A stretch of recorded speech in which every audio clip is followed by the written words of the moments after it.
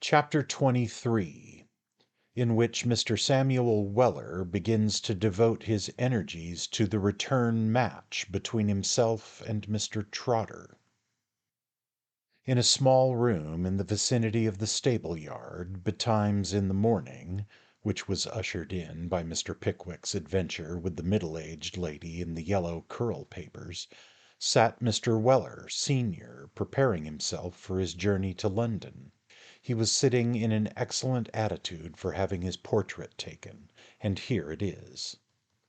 It is very possible that at some earlier period of his career Mr. Weller's profile might have presented a bold and determined outline. His face, however, had expanded under the influence of good living, and a disposition remarkable for resignation, and its bold fleshy curves had so far extended beyond the limits originally assigned them, that unless you took a full view of his countenance in front, it was difficult to distinguish more than the extreme tip of a very rubicund nose. His chin, from the same cause, had acquired the grave and imposing form which is generally described by prefixing the word double to that expressive feature, and his complexion exhibited that peculiarly mottled combination of colours which is only to be seen in gentlemen of his profession, and in underdone roast beef. Round his neck he wore a crimson travelling shawl, which merged into his chin by such imperceptible gradations that it was difficult to distinguish the folds of the one from the folds of the other. Over this he mounted a long waistcoat of a broad pink-striped pattern, and over that again a wide-skirted green coat, ornamented with large brass buttons, whereof the two which garnished the waist were so far apart that no man had ever beheld them both at the same time. His hair, which was short, sleek, and black, was just visible beneath the capacious brim of a low-crowned brown hat. His legs were encased in knee-cord breeches and painted top-boots, and a copper watch-chain terminating in one seal, and a key of the same material, dangled loosely from his capacious waistband. We have said that Mr. Weller was engaged in preparing for his journey to London. He was taking sustenance, in fact. On the table before him stood a pot of ale, a cold round of beef, and a very respectable-looking loaf, to each of which he distributed his favours in turn with the most rigid impartiality. He had just cut a mighty slice from the latter when the footsteps of somebody entering the room caused him to raise his head, and he beheld his son. "Mornin', Sammy," said the father. The son walked up to the pot of ale, and nodding significantly to his parent, took a long draught by way of reply. "Werry good power o' suction, Sammy," said Mr. Weller the elder, looking into the pot, when his firstborn had set it down half empty. "You'd ha' made an uncommon fine oyster, Sammy, if you'd been born in that station o' life." "Yes, I dessay I should ha' managed to pick up a respectable living," replied Sam, applying himself to the cold beef with considerable vigour. "I'm werry sorry, Sammy," said the elder Mr. Weller, shaking up the ale, by describing small circles with the pot, preparatory to drinking. "I'm werry sorry, Sammy, to hear from your lips as you let yourself be gammoned by that 'ere Mulberry man. I always thought, up to 3 days ago, that the names of Veller and Gammon could never come into contract, Sammy, never." "Always except in the case of a widder, o' course," said Sam. "Widders, Sammy," replied Mr. Weller, slightly changing colour. "Widders are 'ceptions to every rule. I have heerd how many ordinary women one widder's equal to in pint o' comin' over you. I think it's 25, but I don't rightly know vether it ain't more." "Well, that's pretty well," said Sam. "Besides," continued Mr. Weller, not noticing the interruption, "that's a werry different thing. You know what the counsel said, Sammy, as defended the gemloman as beat his wife with the poker whenever he got jolly. And arter all, my lord, says he, it's a amiable weakness. So I says, respectin' widders, Sammy, and so you'll say ven you gets as old as me." "I ought to had knowed better, I know," said Sam. "Ought to had knowed better," repeated Mr. Weller, striking the table with his fist. "Ought to had knowed better. Why, I know a young un as hasn't had half nor quarter your eddication, as hasn't slept about the markets, no, not 6 months, who had scorned to be let in such a vay, scorned it, Sammy." In the excitement of feeling produced by this agonizing reflection, Mr. Weller rang the bell and ordered an additional pint of ale. "Well, it's no use talking about it now," said Sam. "It's over and can't be helped, and that's one consolation, as they always says in Turkey ven they cuts the wrong man's head off. It's my innings now, governor, and as soon as I catches hold of this 'ere Trotter I'll have a good un." "I hope you will, Sammy, I hope you will," returned Mr. Weller. "Here's your health, Sammy, and may you speedily vipe off the disgrace as you've inflicted on the family name." In honor of this toast, Mr. Weller imbibed at a draught at least 2/3 of a newly arrived pint, and handed it over to his son to dispose of the remainder, which he instantaneously did. "And now, Sammy," said Mr. Weller, consulting a large double-faced silver watch that hung at the end of the copper chain, "now it's time I was up at the office to git my vay bill and git the coach loaded. For coaches, Sammy, is like guns, they requires to be loaded with werry great care afore they go off." At this parental and professional joke, Mr. Weller, Jr., smiled a filial smile. His revered parent continued in a solemn tone, "I'm a going to leave you, Sammyville, my boy, and there's no telling ven I shall see you again. Your mother-in-law may have been too much for me, or 1,000 things may have happened by the time you next hear any news of the celebrated Mr. Veller o' the Bell Savage. The family name depends werry much upon you, Sammyville, and I hope you'll do what's right by it. Upon all little p'ints of breedin' I know I may trust you as vell as if it was my own self. So I've only this here one little bit of adwice to give you. If ever you gets to up'ards of 50 and feels disposed to go a marrying anybody, no matter who, jist you shut yourself up in your own room, if you've got one, and pison yourself off hand. Hangin's wulgar, so don't you have nothing to say to that. Pison yourself, Sammyville, my boy, pison yourself, and you'll be glad on't arterwards." With these affecting words, Mr. Weller looked steadfastly on his son, and turning slowly upon his heel, disappeared from his sight. In the contemplative mood which these words had awakened, Mr. Samuel Weller walked forth from the great white horse when his father had left him, and bending his steps towards St. Clement's Church, endeavoured to dissipate his melancholy by strolling among its ancient precincts. He had loitered about for some time when he found himself in a retired spot, a kind of courtyard of venerable appearance, which he discovered had no other outlet than the turning by which he had entered. He was about retracing his steps when he was suddenly transfixed to the spot by a sudden appearance, and the mode and manner of this appearance we now proceed to relate. Mr. Samuel Weller had been staring up at the old brick houses now and then, in his deep abstraction, bestowing a wink upon some healthy-looking servant girl as she drew up a blind, or threw open a bedroom window, when the green gate of a garden at the bottom of the yard opened, and a man, having emerged therefrom, closed the green gate very carefully after him, and walked briskly towards the very spot where Mr. Weller was standing. Now, taking this as an isolated fact, unaccompanied by any attendant circumstances, there was nothing very extraordinary in it, because in many parts of the world men do come out of gardens, close green gates after them, and even walk briskly away, without attracting any particular share of public observation. It is clear, therefore, that there must have been something in the man, or in his manner, or both, to attract Mr. Weller's particular notice. Whether there was or not, we must leave the reader to determine when we have faithfully recorded the behaviour of the individual in question.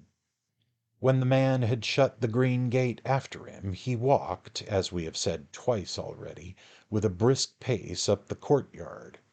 But he no sooner caught sight of Mr. Weller than he faltered and stopped, as if uncertain for the moment which course to adopt. As the green gate was closed behind him, and there was no other outlet but the one in front, however, he was not long in perceiving that he must pass Mr. Samuel Weller to get away. He therefore resumed his brisk pace, and advanced, staring straight before him. The most extraordinary thing about the man was that he was contorting his face into the most fearful and astonishing grimaces that ever were beheld. Nature's handiwork never was disguised with such extraordinary artificial carving as the man had overlaid his countenance with in one moment. "Well," said Mr. Weller to himself as the man approached, "this is werry odd. I could have swore it was him."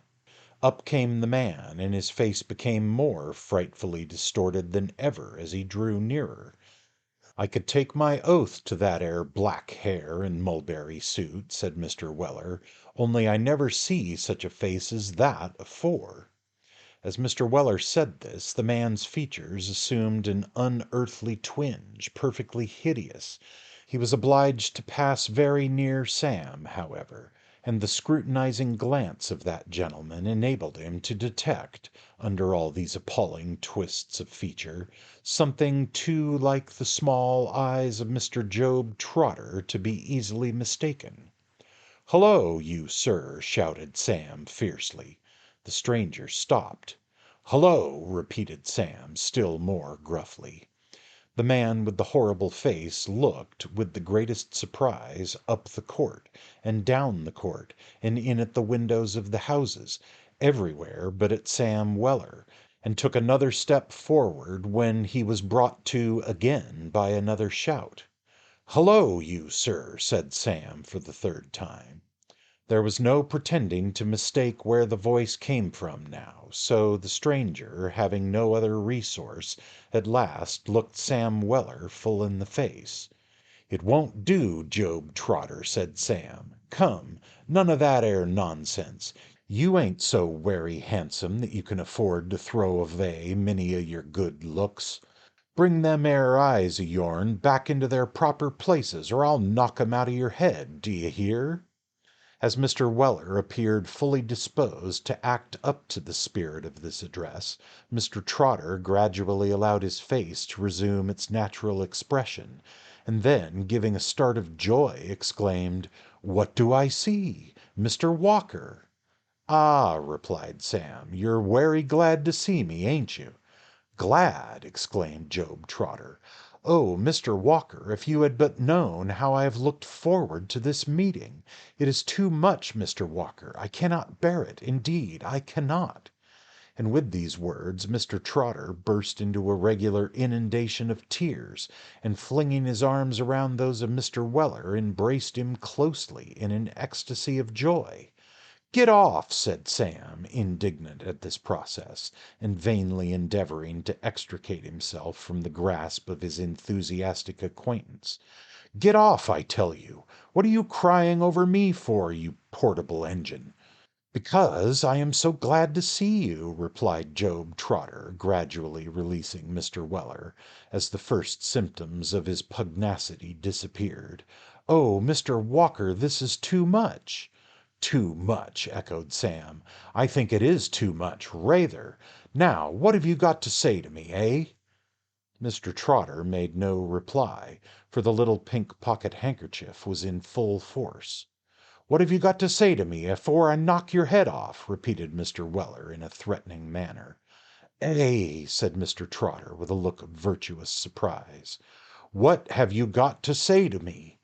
"Mr. Walker—" "Don't call me Walker. My name's Veller. You know that vell enough. What have you got to say to me?" "Bless you, Mr. Walker, Weller, I mean, a great many things, if you will come away somewhere where we can talk comfortably. If you knew how hard I have looked for you, Mr. Weller. Very hard indeed, I suppose, said Sam dryly. Very, very, sir, replied Mr. Trotter, without moving a muscle of his face. But shake hands, Mr. Weller. Sam eyed his companion for a few seconds, and then, as if actuated by a sudden impulse, complied with his request. "How," said Job Trotter as they walked away, "how is your dear good master? Oh, he is a worthy gentleman, Mr. Weller. I hope he didn't catch cold that dreadful night, sir." There was a momentary look of deep slyness in Job Trotter's eye as he said this, which ran a thrill through Mr. Weller's clenched fist as he burned with a desire to make a demonstration on his ribs. Sam constrained himself, however, and replied that his master was extremely well. "Oh, I am so glad," replied Mr. Trotter. "Is he here?" "Is yourn?" asked Sam by way of reply. "Oh, yes, he is here, and I grieve to say, Mr. Weller, he is going on worse than ever." "Ah, ah," said Sam. "Oh, shocking, terrible." "At a boarding school?" said Sam. "No, not at a boarding school," replied Job Trotter with the same sly look which Sam had noticed before. "Not at a boarding school." "At the house with the green gate?" said Sam, eyeing his companion closely. "No, no, oh, not there," replied Job, with a quickness very unusual to him. "Not there." "What was you a doing there?" asked Sam with a sharp glance. "Got inside the gate by accident, perhaps?"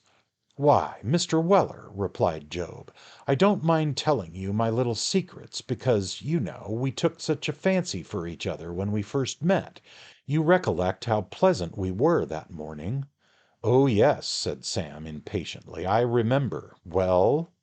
"Well," replied Job, speaking with great precision, and in the low tone of a man who communicates an important secret, "in that house with the green gate, Mr. Weller, they keep a good many servants." "So I should think, from the look on it," interposed Sam. "Yes," continued Mr. Trotter, "and one of them is a cook who has saved up a little money, Mr. Weller, and is desirous, if she can establish herself in life, to open a little shop in the chandlery way, you see." "Yes." "Yes, Mr. Weller. Well, sir, I met her at a chapel that I go to, a very neat little chapel in this town, Mr. Weller, where they sing the number 4 collection of hymns, which I generally carry about with me in a little book, which you may perhaps have seen in my hand, and I got a little intimate with her, Mr. Weller, and from that an acquaintance sprung up between us, and I may venture to say, Mr. Weller, that I am to be the chandler." "Ah, and a werry amiable chandler you'll make," replied Sam, eyeing Job with a side look of intense dislike. "The great advantage of this, Mr. Weller," continued Job, his eyes filling with tears as he spoke, "will be that I shall be able to leave my present disgraceful service with that bad man, and to devote myself to a better and more virtuous life, more like the way in which I was brought up, Mr. Weller." "You must have been werry nicely brought up," said Sam. "Oh, very, Mr. Weller, very," replied Job. At the recollection of the purity of his youthful days, Mr. Trotter pulled forth the pink handkerchief and wept copiously. "You must have been an uncommon nice boy to go to school with," said Sam. "I was, sir," replied Job, heaving a deep sigh. "I was the idol of the place." "Ah," said Sam, "I don't wonder at it. What a comfort you must have been to your blessed mother." At these words Mr. Job Trotter inserted an end of the pink handkerchief into the corner of each eye, one after the other, and began to weep copiously. "What's the matter with the man?" said Sam indignantly. "Chelsea Waterworks is nothing to you. What are you melting with now? The consciousness of villainy?" "I cannot keep my feelings down, Mr. Weller," said Job, after a short pause. "To think that my master should have suspected the conversation I had with yours, and so dragged me away in a post chaise, and after persuading the sweet young lady to say she knew nothing of him, and bribing the school mistress to do the same, deserted her for a better speculation. Oh, Mr. Weller, it makes me shudder." "Oh, that was the vay, was it?" says Mr. Weller. "To be sure it was," replied Job. "Vell," said Sam, as they had now arrived near the hotel, "I vant to have a bit of talk with you, Job, so if you're not partickler engaged I should like to see you at the Great White Horse to night, somewheres about 8 o'clock." "I shall be sure to come," said Job. "Yes, you'd better," replied Sam, with a very meaning look, "or else I shall perhaps be asking arter you at the other side of the green gate, and then I might cut you out, you know." "I shall be sure to be with you, sir," said Mr. Trotter, and wringing Sam's hand with the utmost fervour, he walked away. "Take care, Job Trotter, take care," said Sam, looking after him, "or I shall be one too many for you this time. I shall indeed." Having uttered this soliloquy, and looked after Job till he was to be seen no more, Mr. Weller made the best of his way to his master's bedroom. "It's all in training, sir," said Sam. "What's in training, Sam?" inquired Mr. Pickwick. "I've found 'em out, sir," said Sam. "Found out who?" "That 'ere queer customer, and the melancholy chap with the black hair." "Impossible, Sam," said Mr. Pickwick, with the greatest energy. "Where are they, Sam? Where are they?" "Hush, hush," replied Mr. Weller, and as he assisted Mr. Pickwick to dress, he detailed the plan of action on which he proposed to enter. "But when is this to be done, Sam?" inquired Mr. Pickwick. "All in good time, sir," replied Sam. Whether it was done in good time or not will be seen hereafter.